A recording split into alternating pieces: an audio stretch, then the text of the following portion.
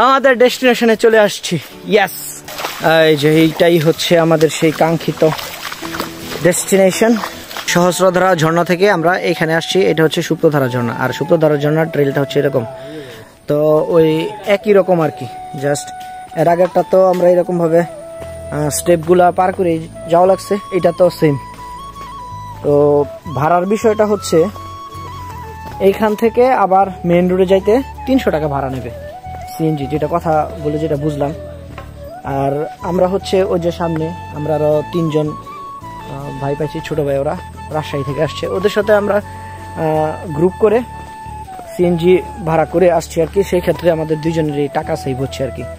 তো যেটা করতে হয় গরিব মানুষ থাকলে। হ্যাঁ, তো এখন আমরা যাচ্ছি হচ্ছে সুপ্তধারায়। সুপ্তধারা থেকে যদি সময় পাই, সময় তো ইনশাল্লাহ থাকবে, তারপরে আমরা গুলিয়াখালী সি বিচের দিকে রওনা দেবো।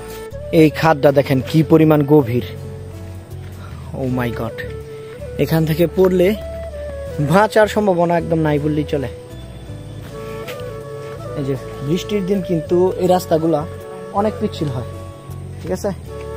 এই যে রাস্তাগুলা বৃষ্টির দিন অনেক পিচ্ছিল, এটা মনে হয় সিঁড়ি তৈরি করা ট্রাই করছিল, কিন্তু সিঁড়িটা নাই। তো এটা সুপ্তধারা ঝর্ণা। আর আমি যতটুকু জানি এই ঝর্ণায় হচ্ছে 3টা ধারা থেকে পানি পড়ে, আর সহস্রধারা ঝর্ণা যেটা, ওটা 1টা থেকে পানি পড়ে। তো খুব টায়ার্ড, এর কারণ হচ্ছে সিঁড়িগুলা দিয়ে নামাটা অনেক টাফ। এই যে সিঁড়ি সারা এরকম মাটি দিয়ে নামা সহজ, কিন্তু সিঁড়ি দিয়ে নামা ওঠা দুটোই টাফ, কারণ সিঁড়িগুলো অনেক খাড়া খাড়া। তো আপনাদের জন্য জানিয়ে রাখছি, যারা হচ্ছে আপনারা এইদিকে আসতে চান, হ্যাঁ, আসতে চাইলে 2 দিক দিয়ে আসতে পারেন। আমরা আগে গেছি হচ্ছে চন্দ্রনাথ থেকে, তারপরে একটা সিএনজি করে আসছি সহস্রধারা, এবং ওইখান থেকে আবার সিএনজি করে আসছি সুপ্তধারা, এবং এইখান থেকে আবার আমরা একটা সিএনজি করে চলে যাব গুলিয়াখালী। এখন এটা আপনারা এই চন্দ্রনাথ থেকেও শুরু করতে পারেন, আবার এই ঝর্ণা থেকেও শুরু করতে পারেন। সেই ক্ষেত্রে আপনাদেরকে হচ্ছে সীতাকুণ্ড বাজার থেকে সিএনজি নিতে হবে। আপনি যদি চন্দ্রনাথ যেতে চান তাহলে জাস্ট চন্দ্রনাথের নিচ পর্যন্ত ভাড়া নেবে 20 টাকা। সেখান থেকে আপনারা চন্দ্রনাথ উঠবেন, উঠার পরে ওইখান থেকে বাকি সিএনজি করে আসতে পারবেন। চন্দ্রনাথ পাহাড়ের থেকে আপনি সিএনজি নিয়ে যদি সহস্রধারা আসতে চান, সেক্ষেত্রে ভাড়া রিজার্ভ আর কি, রিজার্ভ ছাড়া চলে না। এই জন্য আপনারা আমার মতো কোলাবোরেট করে আসতে পারেন, অন্যজনের সাথে জয়েন দিয়ে খুঁজে নেবেন যদি একা আসেন। আমরা তো সিএনজি রিজার্ভে নেবে 600 টাকা। তারপরে ওই সহস্রধারা থেকে সিএনজিতে নিবে হচ্ছে এই সুপ্তধারা 300 টাকা। তারপরে এইখান থেকে আবার মেন রোডে আপনার সিএনজি নিবে 300 টাকা। আবার ওই মেন রোড থেকে আপনার গুলিয়াখালী সি বিচ, ওইখানে ভাড়া নেবে আবার 200 টাকা বা 250 টাকা এরকম। তো চন্দ্রনাথ থেকে যারা শুরু করবেন তারা ওইভাবে যেতে পারেন, আর নয়তো আপনারা হচ্ছে প্রথমে আসতে পারেন সিএনজি নিয়ে সুপ্তধারায়, মানে জাস্ট উল্টা, আমরা যেভাবে আসছি আপনারা তার উল্টা দিক দিয়ে যাবেন। আপনারা যাবেন প্রথমে সুপ্তধারা, তারপরে সহস্রধারা, তারপরে ওইখান থেকে যাবেন হচ্ছে চন্দ্রনাথ পাহাড়। তো ওইখান থেকে চন্দ্রনাথ পাহাড়ে যদি যান সিএনজিতে করে, তাহলে আর আপনাদের হাঁটা লাগবে না আর কি। দেন আবার যদি সিএনজিতে করে ব্যাক করতে চান করতে পারেন, আর নয়তো আমরা যেই রাস্তা দিয়ে হেঁটে উঠছি, এটা হচ্ছে আমার আগের যে চন্দ্রনাথ পাহাড়ের ভিডিওটা, ওটাতে পাবেন, ওটাতে দেখে নেবেন।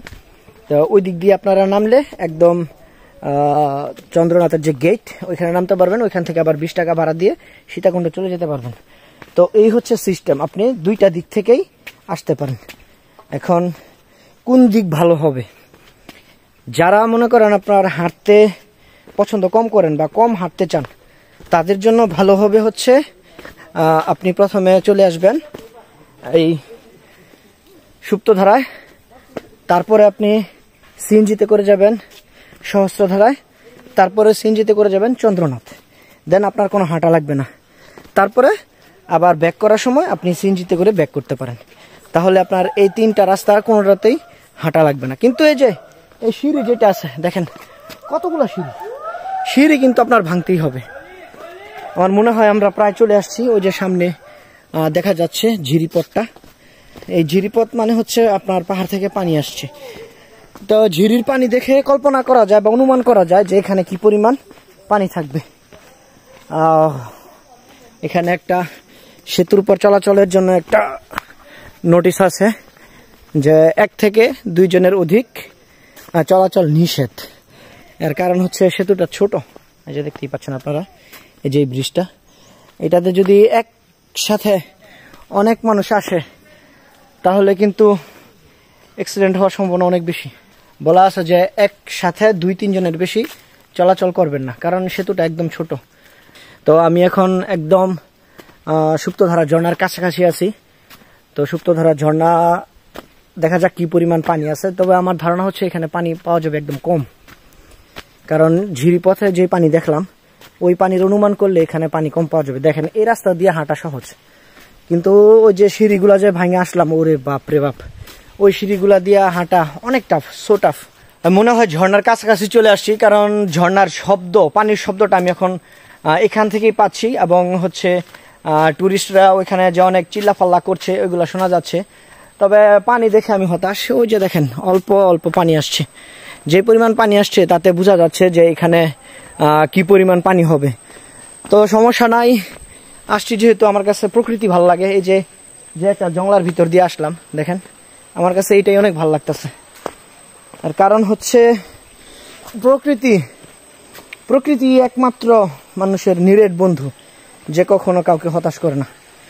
আপনি যান, প্রকৃতি শুধু আপনাকে দিবে, আপনার কাছ থেকে নিবে না কিছু। এই যে দেখেন পানি এখন নাই, এই জন্য এই জায়গাগুলো শুকনা, কিন্তু বৃষ্টিতে যে সময় হরকাবান আসে তখন কিন্তু এগুলাতে পানি যায়, এবং পানি যে যায় এগুলো দেখলে বোঝা যায়। আর এই যে দেখেন পানি একদম কম, দেখছেন একদম কম। তার মানে হচ্ছে এখন বৃষ্টি নাই, তো এই জন্য। আর যারা আসবেন পানিগুলো অনেক ঠান্ডা, ওয়াও মজা লাগতেছে। যারা আসবেন তারা একটু সতর্ক থাকবেন, এগুলা এই রাস্তা কিন্তু অনেক যোগ থাকে, ঠিক আছে? তো মেয়েরা হচ্ছে যোগগুলাকে খুব ভয় পায়, তো যোগে ধরলে সমস্যা হয়, আপনার চুলকায় অনেক। এই যে আমার এখানে যোগ ধরছিল গতকালকে, ছোট্ট একটা যোগ, যে এখানে এখনো চুলকাচ্ছে, ঠিক আছে? ওই যে ঝর্ণা হালকা হালকা দেখা যাচ্ছে। সো আমরা আমাদের ডেস্টিনেশনে চলে আসছি। Yes, wow.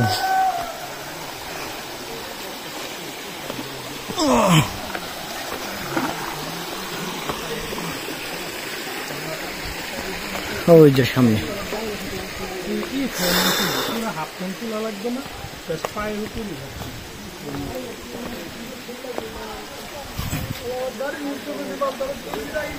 সাধারণত ছুটির দিনগুলো অ্যাভয়েড করি, কারণ ছুটির দিনে পর্যটক থাকে অনেক বেশি। আর হচ্ছে এই সকল ছুটির দিন ছাড়া পর্যটক কম, কিন্তু তারপরেও দেখেন আইরে মানুষ অভাব নাই। মানুষ ঘুরতে পছন্দ করে কিন্তু জায়গা নাই, এটাই হচ্ছে সমস্যা। ওয়াও, এই ঝিরিপথ কালকে সারাদিন হাঁটলাম। এই যে এইটাই হচ্ছে আমাদের সেই কাঙ্ক্ষিত ডেস্টিনেশন, সুপ্ত ধারা। এখানে 3টা ধারা থেকে পানি পড়ে, আর ওইটাতে শুধু একটা। ওই যে পানির অভাবে কিন্তু এগুলো প্রায় শুকিয়ে গেছে, ঠিক আছে? ওই যে দেখেন 3টা, তারপরেও জায়গাটা অনেক সুন্দর, দেখছেন? জায়গাটা কিন্তু নাইস। ওয়াও, শেষ পর্যন্ত এতটুকু হাঁটাহাঁটির পরে আমরা চলে আসছি আমাদের সেই কাঙ্ক্ষিত ডেস্টিনেশন সুপ্তধারা ঝর্ণা। এখানে আমি গোসল করব, কারণ পরিবেশটা সুন্দর।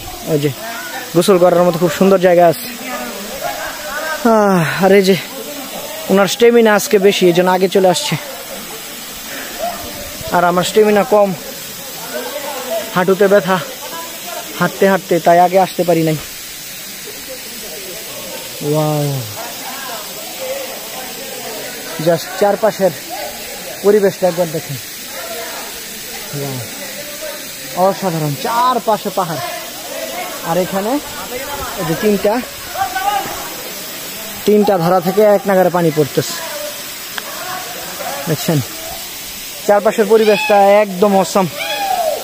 সো আমি এখন এটাতে একটু গোসল টোসল করবো, তারপর এখান থেকে আমরা চলে যাব।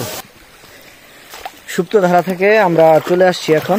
আর এই যে এটা হচ্ছে সেই ঝিরিপথটা, এখান থেকে আমরা এখন বের হয়ে গেছি। আর কারণ দিনের অল্প সময় বাকি আছে, আমরা এই সময়টাতে অন্য একটা জায়গায় যাওয়ার প্ল্যান করছি, অর্থাৎ গুলিয়াখালী যাওয়ার প্ল্যান করছি। তো সুপ্তধারা সম্পর্কে আপনাদের ডিটেল ইনফরমেশন আমি দিয়েছি যতটুকু সম্ভব। সো এখন আমরা যাব হচ্ছে নতুন একটা জায়গায়, সেটার জন্য আমি ডেডিকেট আরেকটা নতুন ভিডিও করব। তো ভিডিওটা যদি ভালো লাগে তাহলে অবশ্যই চ্যানেলটা সাবস্ক্রাইব করে সাথে থাকবেন। ধন্যবাদ।